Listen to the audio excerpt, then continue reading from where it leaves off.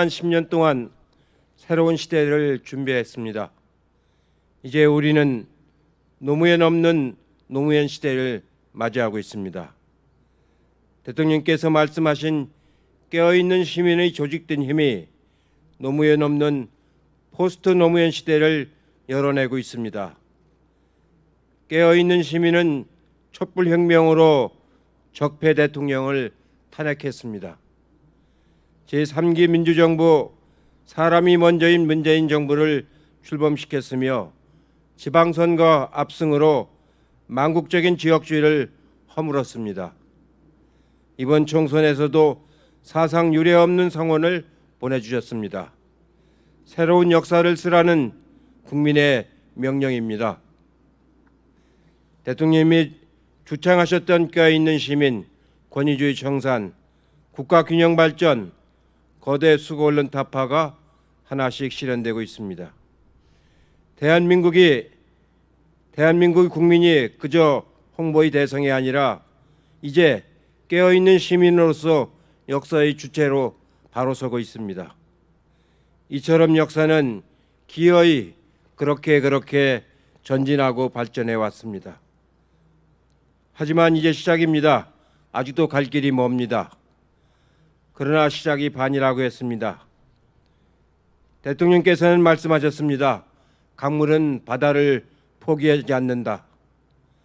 비록 이제 시작이지만 우리는 역사의 발전을 포기하지 않습니다. 대통령님, 가치는 역사에서 배우고 방법은 현실에서 찾는다고 했습니다. 70년 동안 이 땅은 민족이 남과 북으로 분단되고 정치적으로 왜곡되고 경제적으로 편중되고 사회적으로 차가운 세상이었습니다. 이제는 새로운 역사를 써야 합니다. 남과 북이 얼싸안고 나라다운 나라에서 이의 없습니다를 외치며 손에 손을 맞잡고 함께 사는 세상을 만들어야 하겠습니다. 대통령께서 남겨놓으신 가치를 이제 저희가 사람 사는 세상으로 완성해 보이겠습니다. 추도식이 열리는 이것 봉화에는 대통령 기념관이 개관을 하고 머지않아서 서울에는 노무현 센터가 문을 열 예정입니다. 대통령님이 황망하게 우리 곁을 떠나신 뒤에도 그 뒤를 이은 노무현 재단과 민주당을 향한 검은 그림자는 좀처럼 거치지 않습니다. 많은 사람들이 모함을 받고 공작이 대상이 되곤 했습니다. 지금도 그 검은 그림자는 여전히 어른거리고 있습니다. 끝이 없습니다. 참말로 징합니다. 하지만 저희는 굴하지 않고 꿋꿋하게 나아가겠습니다. 세월이 갈수록 그림을 더해가는 노무현 대통령님, 내년 봄에 다시 뵈러 오겠습니다. 그날은 아마 대통령님을 그리워하는 더 많은 사람들이 봄날 가득히 흩날리는 꽃잎처럼 이 봉화를 가득 채우리라 생각을 합니다. 대통령님, 부디 영면하십시오. 깨어있는 시민들이 삼가 올립니다. 2020년 5월 봄날에. 아시는 것처럼 이 묘역은 대통령께서 잠들어 계신 곳이기도 하지만 그분을 향한 그리움과 사랑을 담아서 1만 5천여 시민들이 만들어주신 박석이 깔려있는 곳입니다. 이 돌에 쓰여있는 글들을 읽다 보면 아이들 이야기가 아주 많다는 것을 알게 됩니다. 노무현 대통령과 함께 꿈꿨던 세상, 그런 사람 사는 세상을 우리 아이들한테는 물려주고 싶다 하는 시민들의 소망이 거기에 새겨져 있습니다. 대통령님이 떠나시고 맞는 11번째 5월입니다. 당신께서 그토록 원하셨던 낮은 사람, 겸손한 권력, 강한 나라가 아주 가까운 현실이 되어서 우리 곁으로 다가오고 있습니다. 우리 사회의 민주시민으로 곧게 자라서 이제 청년이 어른이 되어 있는 이 박석속 이름의 주인공인 아이들이 나라의 새로운 미래를 열어나가고 있습니다. 그리고 그 청년들에게 노무현이라는 이름은 언제까지나 친구 같았던 대통령, 당당한 지도자, 새로운 시대를 향해 앞서 나갔던 시민, 그런 모습으로 언제까지나 함께 하리라고 믿습니다. 지금 우리가 역사의 어느 길목, 어느 구비를 지나고 있는지는 정확히 모르겠습니다. 그러나 여기 계신 모든 분들과 이 박석을 만드신 시민들, 그리고 오늘 이 행사를 함께 지켜봐 주시는 모든 시민들이 이 길목과 구비를 지나 더 나은 세상으로 나아가는 그 모든 여정을 함께 해 주시리라 믿습니다. 노무현 재단도 여러분이 보내주시는 후원과 지지에 응답할 수 있도록 최선을 다해 나가겠습니다. 함께 해주신 모든 분들께 다시 한번 진심으로 감사드립니다. 특히 오늘 미래통합당 주호영 원내대표님이 와주셨습니다. 또 심상정 정의당 대표님도 함께 하셨습니다. 열린민주당 청항욱 대표님도 함께 하고 있습니다. 특별한 환영과 감사의 말씀을 드립니다. 생전의 노무현 대통령님은 바다로 가는 것을 포기하지 않는 강물 같은 분이셨습니다. 지금 그분은 어떤 강물도 마다하지 않는 바다가 되셨습니다. 우리 모두가 생각과 이념과 삶의 양식은 다를지라도 이 대한민국이라는 바다에서 하나로 얽혀서 평화롭게 살아가는 그런 내일이 오기를 기대해 봅니다. 부디 건강한 모습으로 내년 이 자리에서 또 만나 뵐 수 있기를 기대하겠습니다. 고맙습니다. 이해찬 대표님의 민주당을 향한 어두운 그림자 징하다는 표 부분과 유시민 이사장님의 지금 우리가 역사의 어느 길목, 어느 구비를 지나고 있는지는 잘 모르겠지만, 정확히 모르겠지만, 그러나 여기 계신 모든 분들과 이 박석을 만드신 시민들, 그리고 이 행사를 지켜봐주고 계신 시민 모두가 이 역사의 길목과 구비를 지나 더 나은 세상으로 나아가는 그 먼 여정에 함께 해주시기를 믿습니다. 라는 부분이 참으로 기억에 남습니다.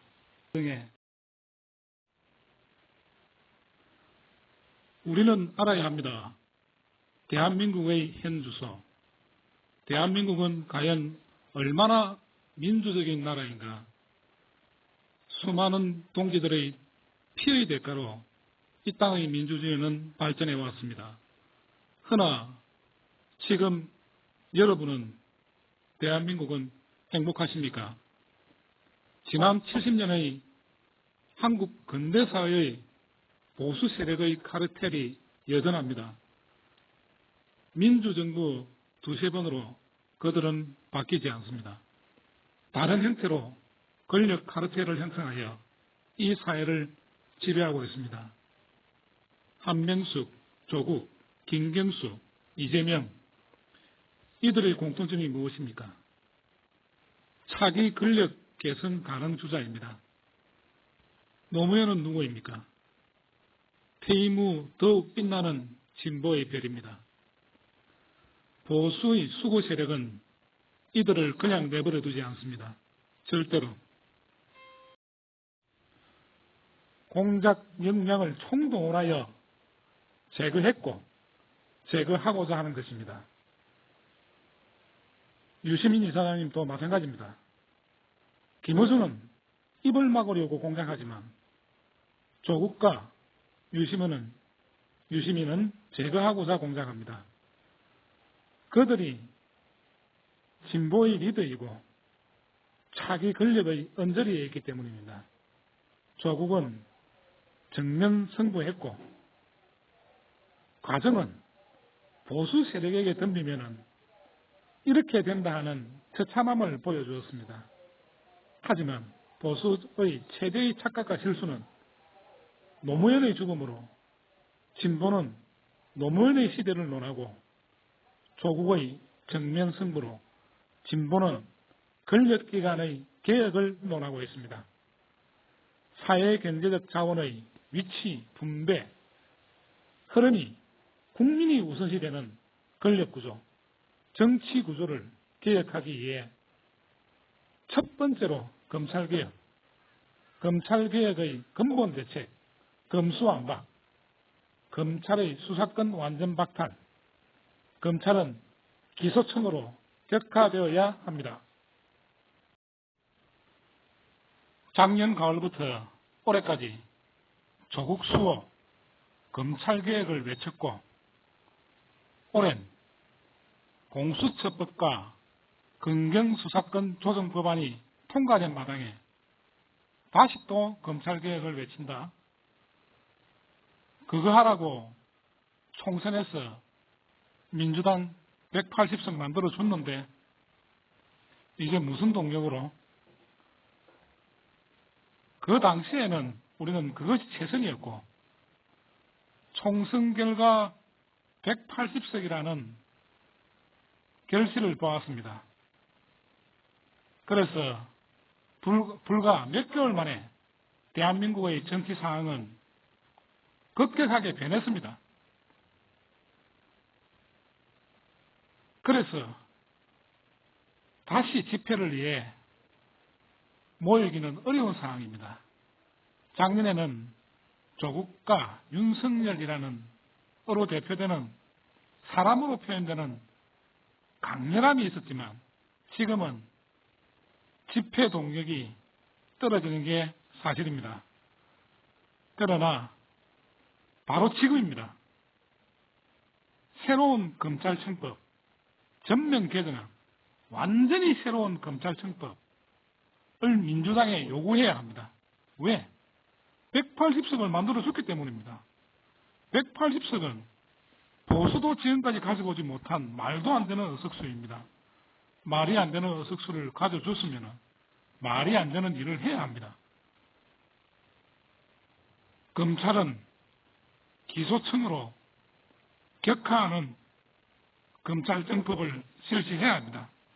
몇 개월 전만 해도 꿈도 꿀 수 없었던 일이 이제는 현실이 되어갑니다. 겸손이 아니라 개혁입니다. 이미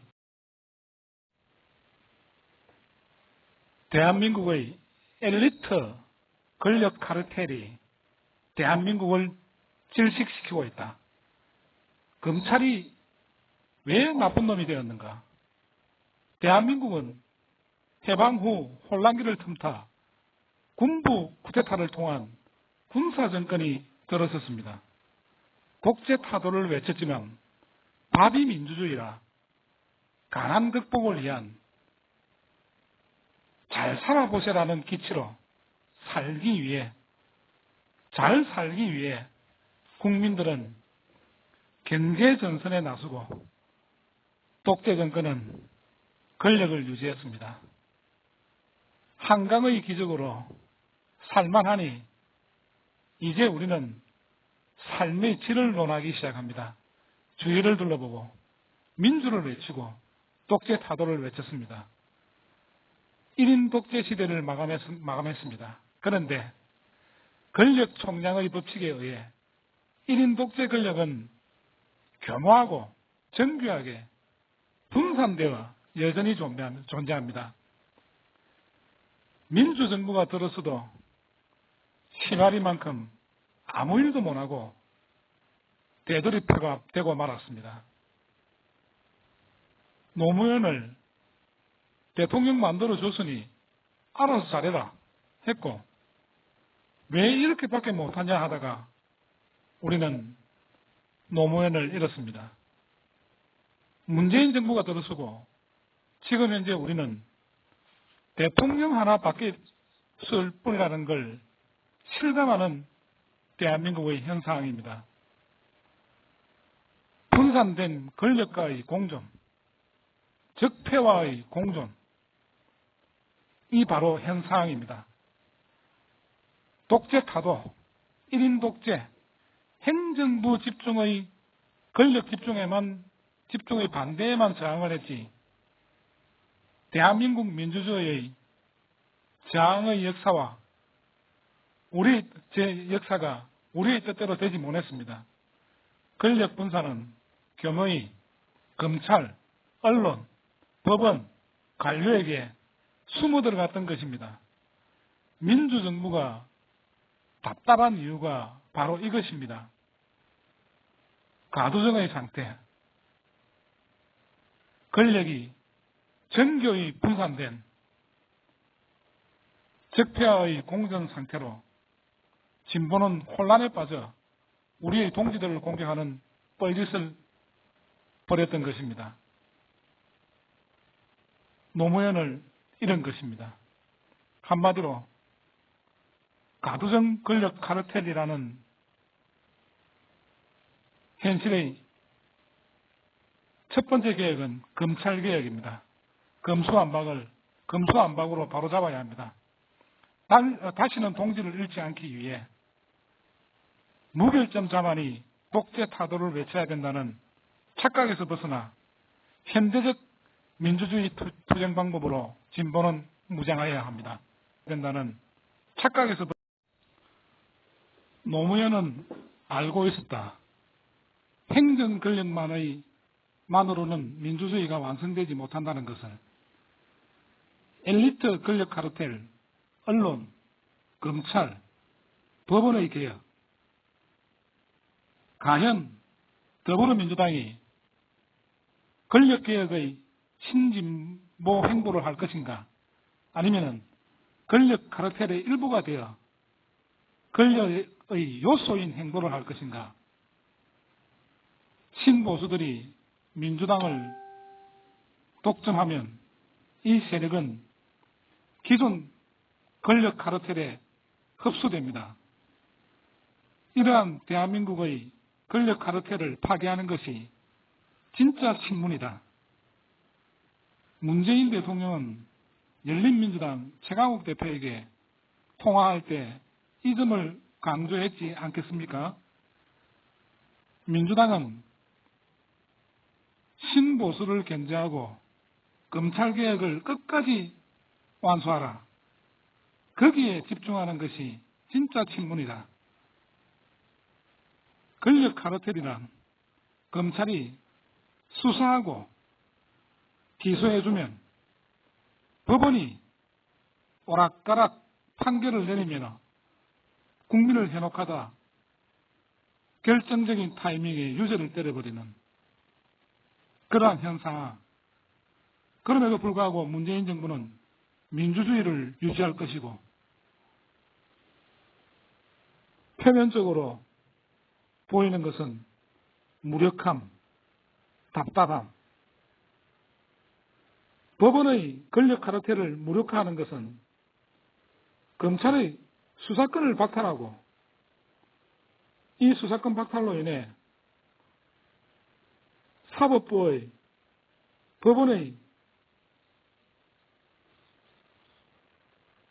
법원과 한 몸이 되지 못하게 하는 것. 검찰이 수사를 못하면 언론이 떠들 이유가 사라지고 법원이 악의적 판단을 할 근거가 사라지는 것. 이것이 바로 검수완박, 검찰 수사권 완전 박탈, 이 오직 지금의 최대의 과제입니다. 어석수가 깡패고 말도 안 되는 어석수면은 말이 안 되는 일을 해라. 지금껏 한 번도 해보지 못한 할 수 없었던 일을 하라. 더불어민주당과 열린민주당이요. 한 번도 해보지 못한